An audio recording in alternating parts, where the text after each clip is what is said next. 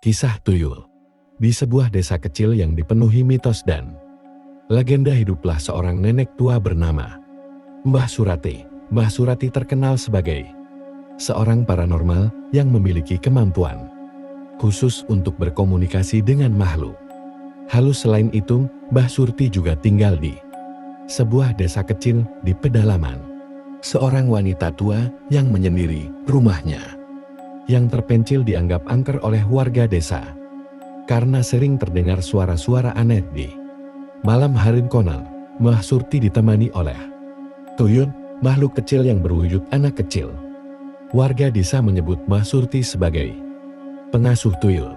Mereka mengatakan bahwa tuyul-tuyul itu adalah roh anak-anak kecil yang meninggal dengan cara yang tragis dan Mbah Surti memberi mereka tempat perlindungan. Beberapa orang percaya bahwa tuyul-tuyul itu melindungi desa dari energi negatif dan memastikan keselamatan para penduduknya.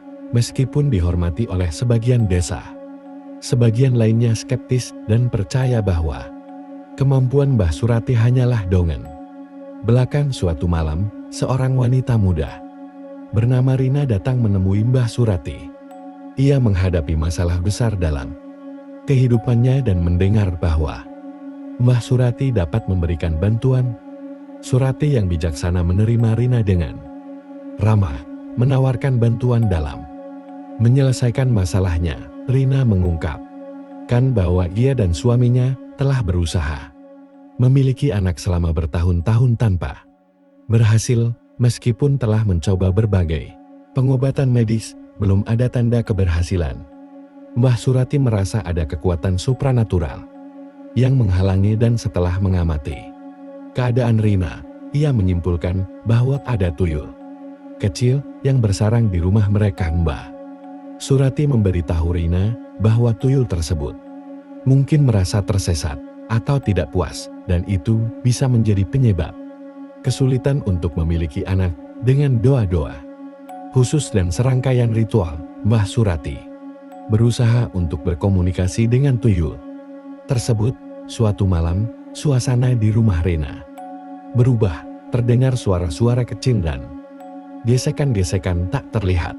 Mbah Surati dengan bijak memimpin prosesi untuk membawa tuyul tersebut ke alam spiritual yang sesuai dengan perasaan haru dan syukur. Rina dan suaminya merasakan bahwa energi positif mengisi rumah mereka. Beberapa bulan berlalu, Rina mengunjungi Mbah Surati lagi. Kali ini membawa berita gembira.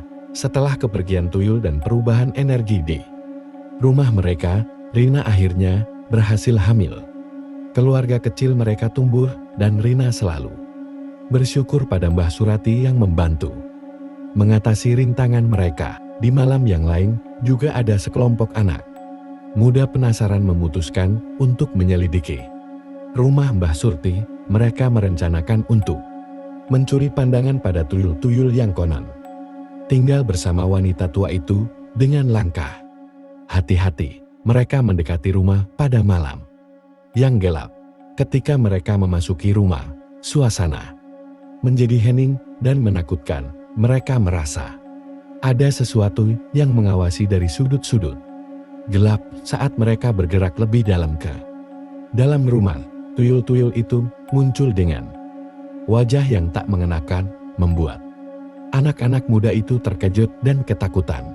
Namun, yang mengejutkan mereka adalah ketika Mbah Surti muncul dengan senyuman hangat. Ia menjelaskan bahwa tuyul-tuyul itu bukanlah makhluk jahat, melainkan roh anak-anak yang mencari tempat untuk merasa aman dan diakui.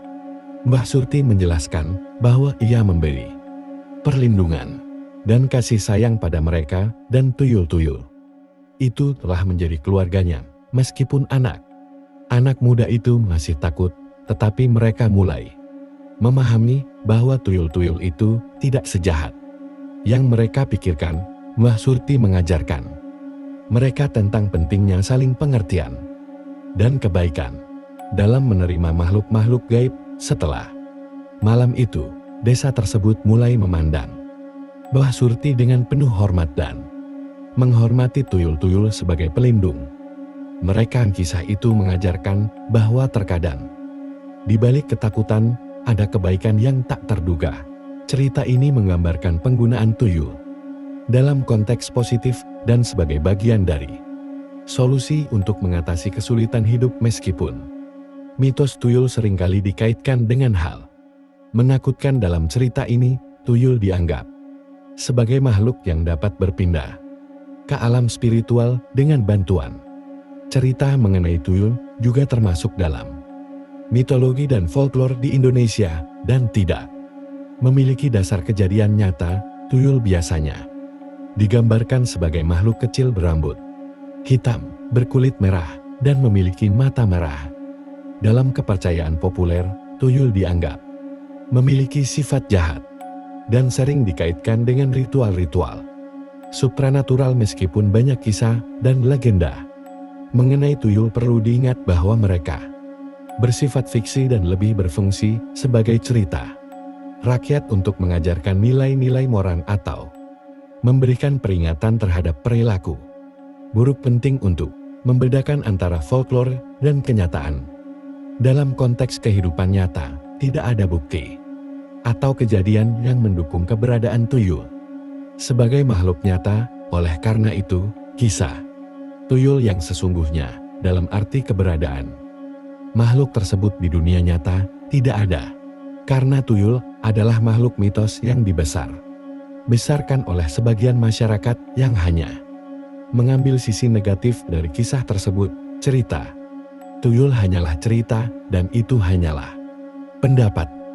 Jadi setelah kalian mengetahui cerita ini, apa pendapat kalian? Tulis di komentar. Terus dukung channel ini dengan follow, like, dan komen. Terima kasih.